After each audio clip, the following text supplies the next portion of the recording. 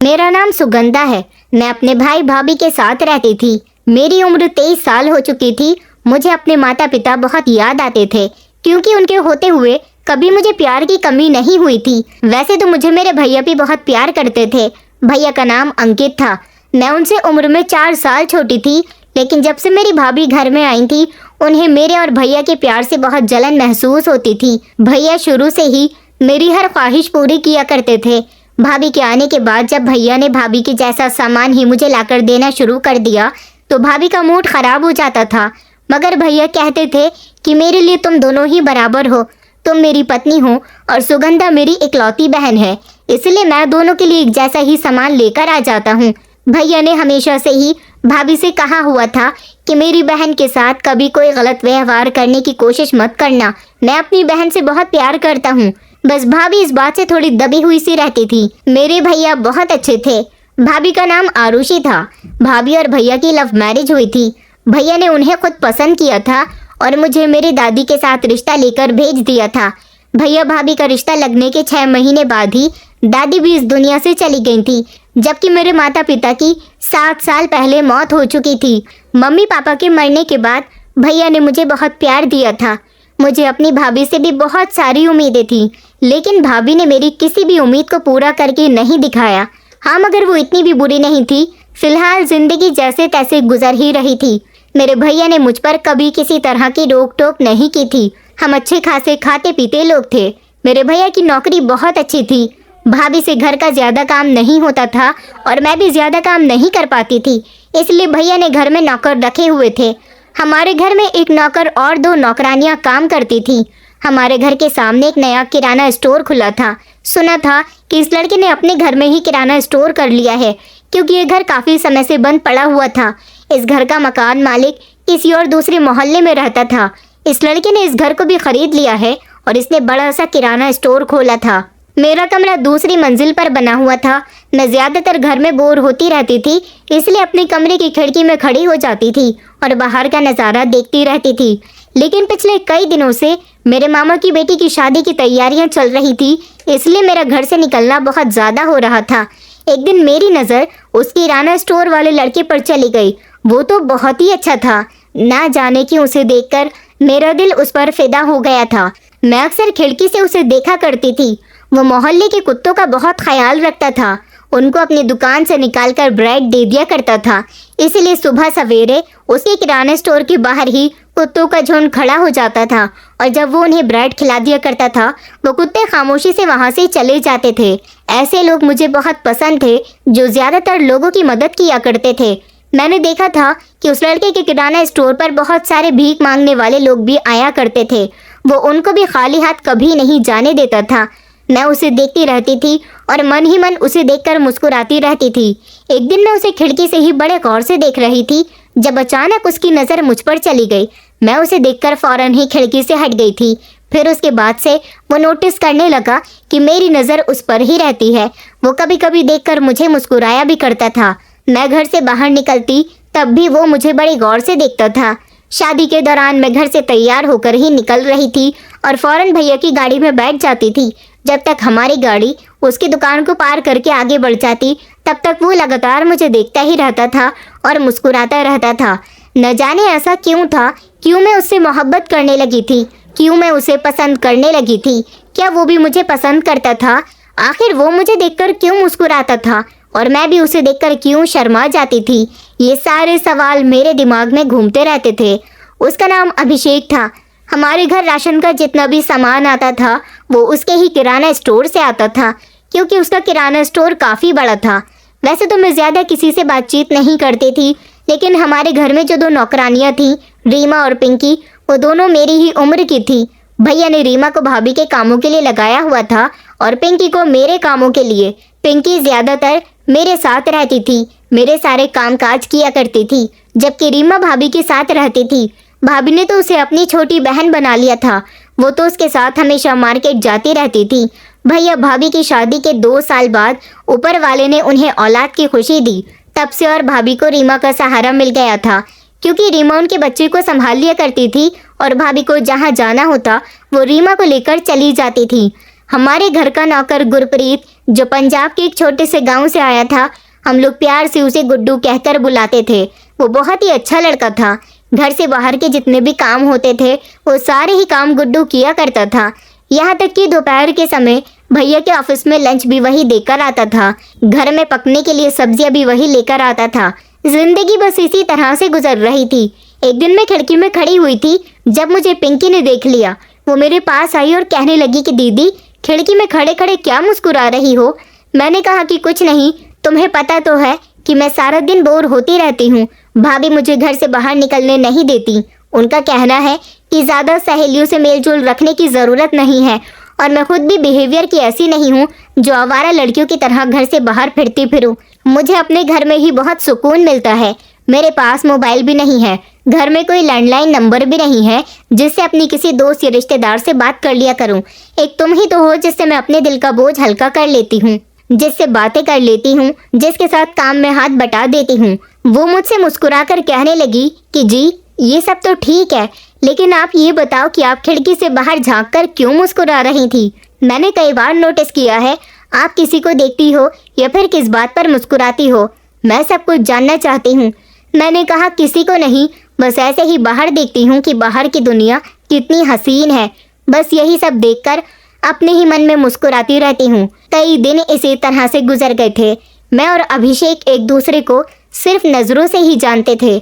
मैं तो उसका नाम भी जानती थी, पता नहीं वो मेरा नाम भी जानता था या नहीं। बाकी मैं उसके बारे में कुछ नहीं जानती थी। एक दिन रात का समय था जब भैया घर आए और हम सब लोग मिलकर खाना खा रहे थे, साथ ही साथ बातें भी कर रहे थे। बातों ही बातों में भैया ने बताया कि पड़ोस वाले शुक्ला जी के घर से हम सब लोगों का इनविटेशन आया है, हम सब लोगों को वहां पर जाना है। भाभी कहने लगी कि क्या है उनके घर पर। उन्होंने कहा कि उनके यहाँ पर बेटा हुआ है, वो अपने बेटे के आने की खुशी में एक छोटा सा प्रोग्राम कर रहे हैं। उन्होंने कहा है कि घर से सब लोगों का आना बहुत ज़रूरी है। शुक्ला जी का घर हमारे घर के बिल्कुल बराबर में ही बना हुआ था और वो लोग अपना फंक्शन भी घर से ही कर रहे थे। भाभी ने कहा कि फंक्शन किस दिन है? भैया कहने लगे कि परसों है। भाभी ने कहा कि परसों हम लोग कैसे जा सकते हैं? आपको पता है ना कि परसों हम लोगों को मेरी बहन की एंगेजमेंट में जाना है, तो फिर हम शुक्ला जी के यहाँ कैसे जा सकते हैं? भैया हाथ रोककर सोच विचार करने में लग गए थे कि अब क्या होगा। शुक्ला जी के घर जाना भी तो ज़रूरी है, आखिरकार वो हमारे पड़ोसी हैं, और भाभी की बहन की एंगेजमेंट में जाना भी ज़रूरी है, आखिरकार वो भैया की साली है। भैया यही सब सोच रहे थे। इतने में ही भाभी ने भैया से कहा कि तुम क्यों इतना सोच रहे हो? मुझे तो अपनी बहन की एंगेजमेंट में ही जाना है और आपको भी मेरे साथ चलना है। ऐसा करते हैं कि शुक्ला जी के यहाँ सुगंधा पिंकी के साथ चली जाएगी। मुन्ने की वजह से मैं रीमा को अपने साथ ले जाऊंगी और आप भी हमारे साथ एंगेजमेंट में चलना। इस तरह शुक्ला जी के यहाँ भी कोई ना कोई चला जाएगा और मेरे घर भी। भैया को भाभी का ये आइडिया ठीक लगा था, मगर मैंने भाभी से बोल दिया था कि भाभी आप तो जानती हो कि मैं अकेली कहीं नहीं जाती, मैं वहाँ अकेली कैसे जा सकती हूँ। भाभी कहने लगी कि अरे तुम अकेली कब हो, तुम्हारे साथ पिंकी जाएगी ना, और वैसे भी तुम्हें थोड़ी ना वहाँ 2-3 दिन के लिए रहने जाना है। थोड़ी देर के लिए चली जाना, खाना खाना और वहाँ 2-3 लोगों से थोड़ी बहुत देर बातचीत करना, उसके बाद घर आ जाना। भैया कहने लगे कि हाँ सुगंधा, तुम्हारी भाभी बिल्कुल ठीक कह रही है, हमें आस पड़ोस के लोगों से भी अपने संबंध कमज़ोर नहीं करने चाहिए। पिंकी ने मुझे इशारे से कहा था कि दीदी मैं आपके साथ चलूँगी, इसलिए मैं खामोश हो गई थी। 2 दिन बाद मैं और पिंकी पड़ोस के घर जाने के लिए तैयार हो गए थे। अब उन्होंने इतनी चाहत से बुलाया था तो मैं भी इनकार नहीं कर सकी थी। भैया भाभी भी एंगेजमेंट में जाने के लिए तैयार हो गए थे। शुक्ला जी के घर मैं और पिंकी चले गए थे। वहाँ जाकर हमें बिल्कुल भी अनकंफर्टेबल महसूस नहीं हुआ था। शुक्ला जी की वाइफ और बहनें मुझसे बहुत अच्छे से बोल रही थी, मुझे बहुत अच्छा लगा था। मैंने शुक्ला जी की बेबी के लिए गिफ्ट भी दे दिया था। उसके बाद हम लोग खाना खाने के लिए चले गए थे। मैं और पिंकी खाना खा रहे थे जब अचानक मेरी नज़र अभिषेक पर गई। वो भी वहाँ पर इनवाइट था और खाना खा रहा था। मैं तो उसे देखकर उछल पड़ी थी। आज मैंने उसे अपने बहुत करीब से देखा था। वो सच में बहुत अच्छा था।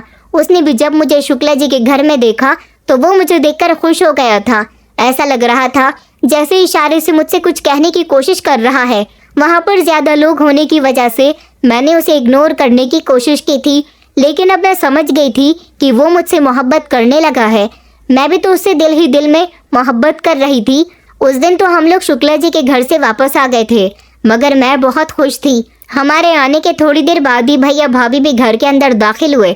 मैं भाभी को खुश होकर बता रही थी कि मुझे शुक्ला जी के घर जाकर बहुत अच्छा लगा और उनके परिवार से मिलकर भी। भाभी ने ना जाने क्यों मुझे चौंक कर देखा था। भाभी कहने लगी कि आज तुम बड़ी खुश नजर आ रही हो। मैंने भाभी के सवाल पर अपनी खुशी थोड़ी कम की थी। भाभी ने कहा कि आज से पहले तो मैंने तुम्हें कभी इतना खुश नहीं देखा और ना ही तुम पड़ोसियों या फिर रिश्तेदारों के यहाँ जाकर इतना खुश वापस आती हो। आखिर क्या बात है? मैंने कहा कि भाभी नहीं, कोई बात भी नहीं है, बस ऐसे ही। मैं भाभी से ये कहकर अपने कमरे में आ गई थी। कुछ दिन गुजरे कि रीमा और पिंकी अपने गांव वापस जाने की तैयारी करने लगी। मैंने उन दोनों से कहा कि आखिर तुम लोग अपने गांव क्यों वापस जाना चाहती हो? यहीं पर रहो ना तुम लोग। यहाँ रहती हो तो घर के काम कितने हल हो जाते हैं। वो कहने लगी कि दीदी आप किसी और को नौकरी पर रख लो। रीमा और पिंकी एक ही गाँव की रहने वाली थी। रीमा और पिंकी आपस में कजिन्स थी। रीमा का रिश्ता तय हो चुका था। रीमा की वजह से ही पिंकी यहाँ पर नौकरी करती थी, क्योंकि वो दोनों बचपन की सहेलियां भी थी। लेकिन अब पिंकी ने भी रीमा के साथ जाने का फैसला कर लिया था, क्योंकि वो दोनों एक साथ ही यहाँ पर आई थी। भाभी ने भी उन दोनों को रोकने की बहुत कोशिश की। रीमा की तो शादी होने वाली थी, लेकिन पिंकी यहाँ अकेली नहीं रहना चाहती थी। वो दोनों भैया से अपनी सैलरी लेकर अपना सामान बांधकर अपने गांव वापस चली गई थी। इधर घर में मैं पिंकी के बिना बड़ा अकेलापन महसूस करती थी। बस अब मैं अकेले कमरे में बैठी रहती थी और बार बार मेरा ध्यान अभिषेक के ऊपर जाता रहता था। अभिषेक के वही इशारे जो वो मुझसे शुक्ला जी के यहाँ कर रहा था, मैं इसी बारे में सोच सोच कर मुस्कुराती रहती थी। कई बार भाभी भी कमरे में आई थी और उन्होंने मुझे किसी काम के लिए आवाज़ दी थी, तो मैं अभिषेक के ख्यालों में खोई हुई थी। भाभी ने मुझे झंझोड़ा और कहने लगी कि तुम्हें क्या हो गया है, तुम अकेले बैठे बैठे कहाँ खो जाती हो। मैं घबरा गई। मैंने कहा भाभी क्या हुआ है? वो कहने लगी कि मैंने कहा कि एक कप चाय बना दो और तुम भी पी लेना और मैं भी। जब से वो दोनों लड़कियां गई हैं घर के काम की बड़ी दिक्कत हो रही है। मैंने कहा कि अच्छा ठीक है, मैं चाय बना देती हूँ। भाभी ने मेरा हाथ पकड़ लिया और मुझे रोकने लगी। कहने लगी कि अब तुम पहले मुझे ये बताओ कि तुम कहाँ खोई रहती हो। मैंने भाभी को टालने की बहुत कोशिश की। वो कहने लगी कि देखो सुगंधा, मैं तुम्हारी बड़ी बहन की जैसी हूँ, क्योंकि मैंने हमेशा से तुम्हें अपनी छोटी बहन की जैसा ही समझा है। मेरे लिए तुम मेरी सगी बहन जैसी हो। अगर कोई बात है जो तुम्हें परेशान कर रही है या जिससे तुम उलझन का शिकार हो, उसे तुम मुझसे शेयर कर सकती हो। सकता है कि मैं तुम्हारी कोई मदद कर दूं, क्योंकि जब से तुम शुक्ला जी के घर से आई हो, मुझे तुम्हारे अंदाज बहुत बदले बदले से लग रहे हैं। आखिर शुक्ला जी के यहाँ ऐसा भी क्या हुआ था? भाभी मेरे करीब आई और उन्होंने मेरे हाथ पकड़ लिए। मैंने कहा कि जी भाभी, क्यों नहीं, ज़रूर ऐसा ही होगा। आप भी मेरे लिए मेरी बड़ी बहन की जैसी ही हो। कोई भी बात हुई मैं आपको ज़रूर बताऊंगी। मैंने भी भाभी के हाथों को मजबूती से पकड़ते हुए कहा था। उसके बाद मैं किचन में चली गई और भाभी और अपने लिए चाय बनाकर ले आई। मैंने देखा कि गुड्डू भैया भी दरवाजे पर बैठे थे। मैंने उनसे भी चाय का पूछा और उनको भी एक कप चाय दे दी थी। अब मैं और भाभी ही किचन में काम कर रहे थे।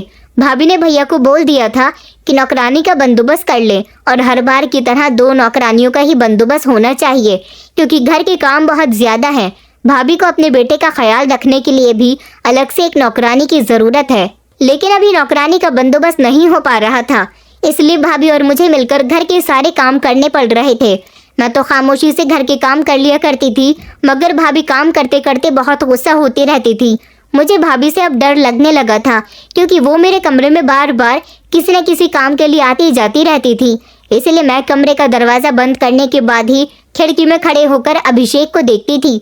मुझे अब पक्का यकीन हो गया था कि मुझे अभिषेक से मोहब्बत हो गई है, मगर मैं उसकी मोहब्बत को ज़्यादा दिनों तक छुपाकर नहीं रख पाई थी।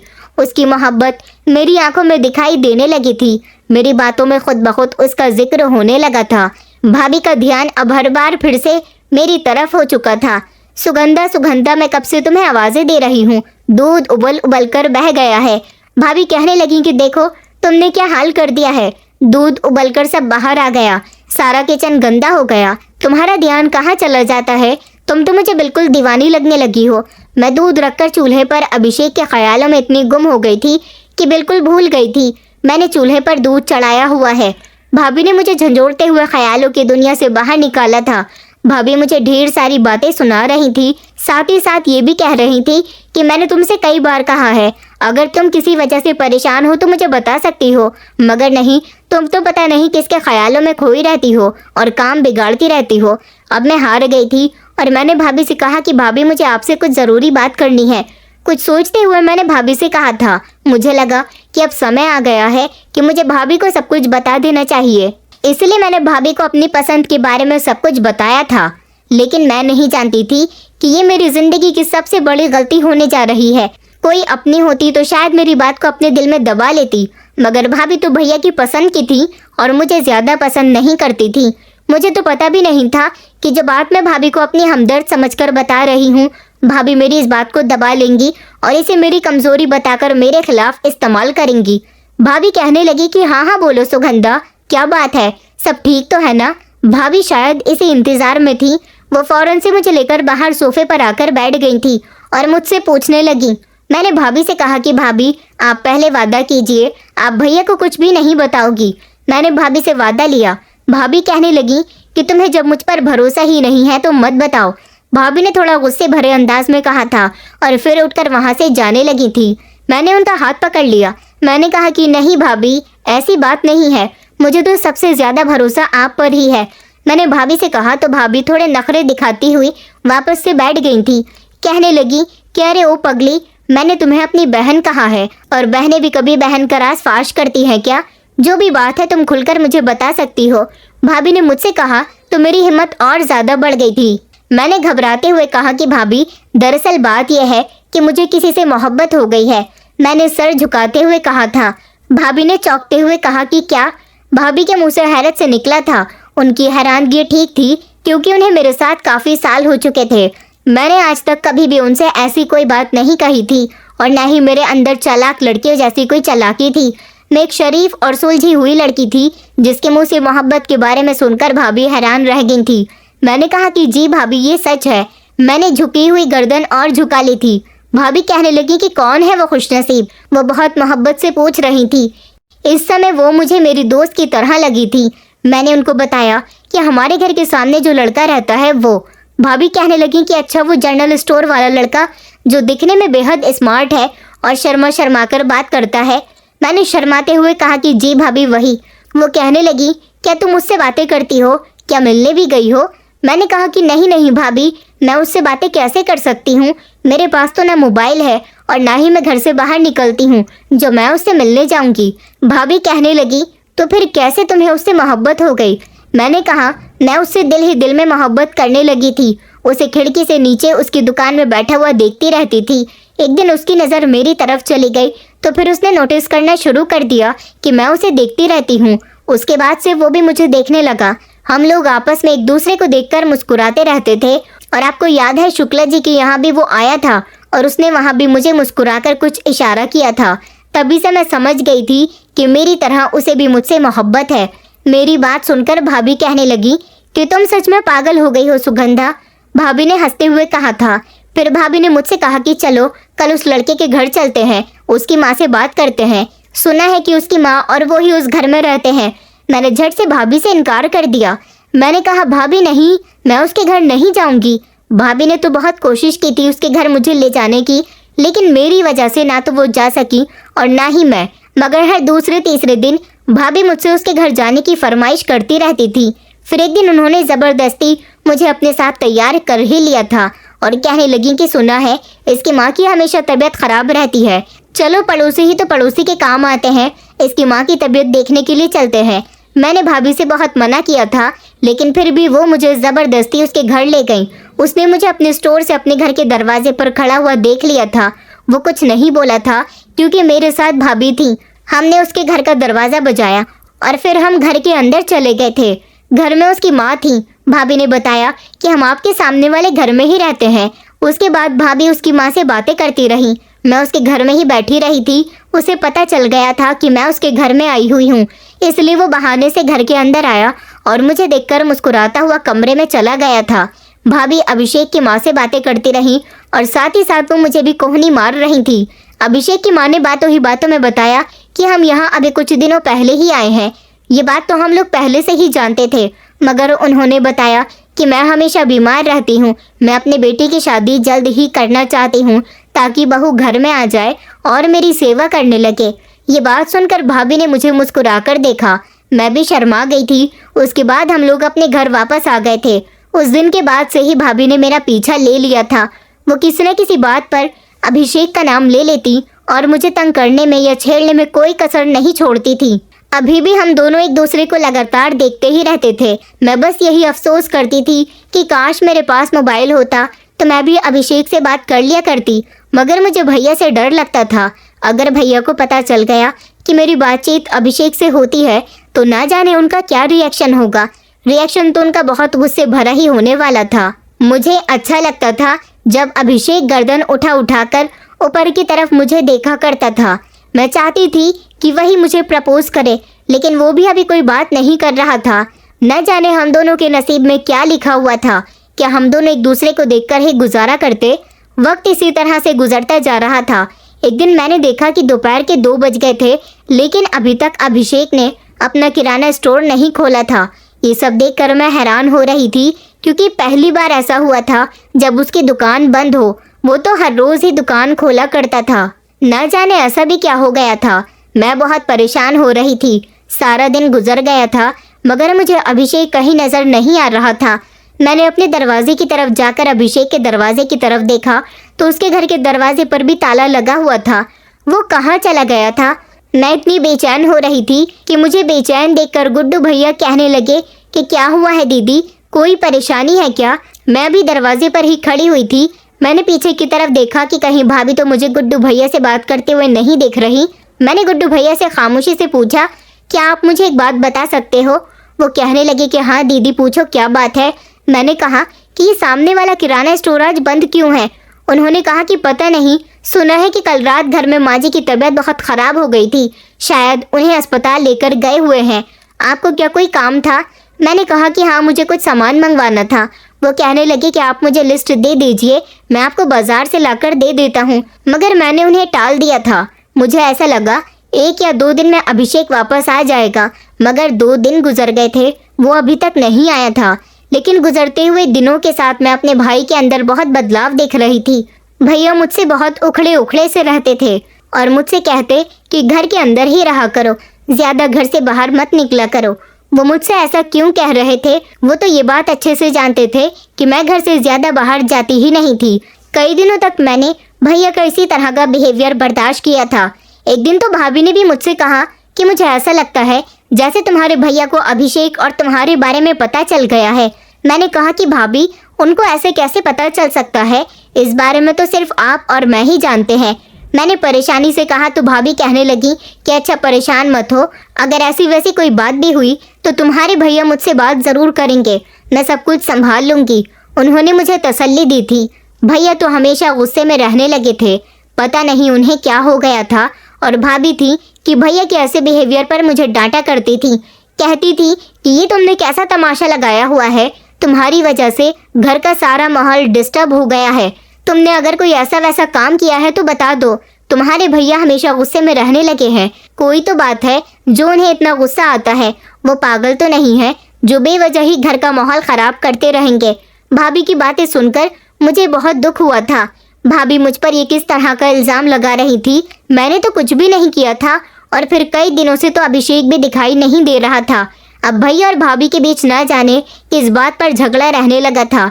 झगड़ा हमेशा भाभी ही शुरू करती थी। मैं काफ़ी कोशिश करती थी कि घर का माहौल ख़राब ना हो, लेकिन वो दोनों हमेशा लड़ते रहते थे। उन दोनों के झगड़े के बीच मैंने कई बार भैया को भाभी से कहते हुए सुना था कि मैं जल्द से जल्द सुगंधा की शादी कर दूंगा, उसके लिए रिश्ता तलाश कर तो रहा हूँ। ये सब सुनकर मेरा दिल कांप उठा था।